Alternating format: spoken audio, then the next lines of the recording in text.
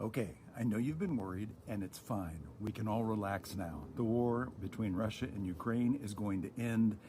In fact, by the time you watch this video, I'm sure it's probably over because the master of the art of the deal, okay, he's a little late because he was going to end the war just after he was elected. He didn't have to wait to take office. Remember, it was going to be 24 hours, and then it was going to be 24 hours after he took office. And I don't know, I guess these things take longer than some people think. But now, for real, yesterday, Donald Trump met with Vladimir Putin in Alaska, or maybe it was Russia. We're not sure.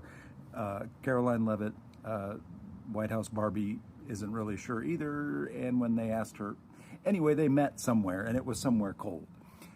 We believe it was in the vicinity of Alaska. And Trump came out saying, it's all done. This is all done. It's very easy. Ceasefire's not the answer. He's going to have peace because you know what he wants is and I'll use Caroline Leavitt's word here, Nobel Peace Prize.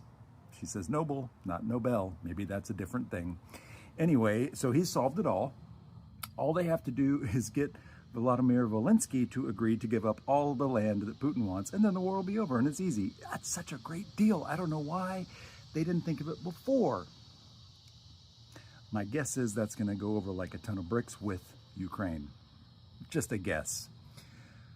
Okay, so the Democracy Docket is reporting that D.C. Attorney General Brian Schlaub is suing the Trump regime. I'm not going to call them an administration. They are a regime over their takeover of the D.C. police. And the D.C. police have been ordered not to take orders that are given by the Trump regime because they don't have jurisdiction and it's not legal and it's unconstitutional. This is what resistance looks like. We're seeing resistance all over the country. Demonstrations in Los Angeles, what Gavin Newsom is doing as governor of California to help circumvent what our governor here in Texas is trying to do, also unconstitutional, also illegal. And by the way, in D.C., there are also many, many people demonstrating, and I got an email from Indivisible this morning. Apparently, they're planning even more demonstrations. Please find something in your area, and let's demonstrate and show up against all this mess. The last thing I want to say on this beautiful Saturday, if you're not following Tara Palmieri's podcast or her Red Letter newsletter on Substack, and you're interested in the ongoing case, as I am, of the Epstein-Trump entanglement and why Ghislaine Maxwell is now suddenly getting work release from prison and surely has a deal worked out because she's not going to name names.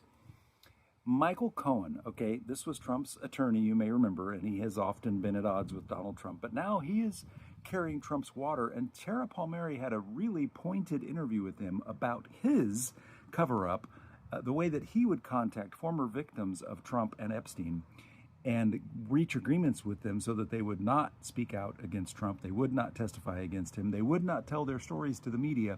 And while he denies it to a certain extent, she really gets at him, and he gets very frustrated with her because she has a way of drawing the truth out. That's Tara Palmieri, the Red Letter Substack. She's also on all the podcast places you get podcasts. I listen on Spotify. I highly encourage you to follow her because she's turned it into a nothing but let's chase down this Trump information about his ties to Epstein. So there's our news for today. My name's Bill. I'm a college professor in Dallas, Texas. As always, thanks for watching.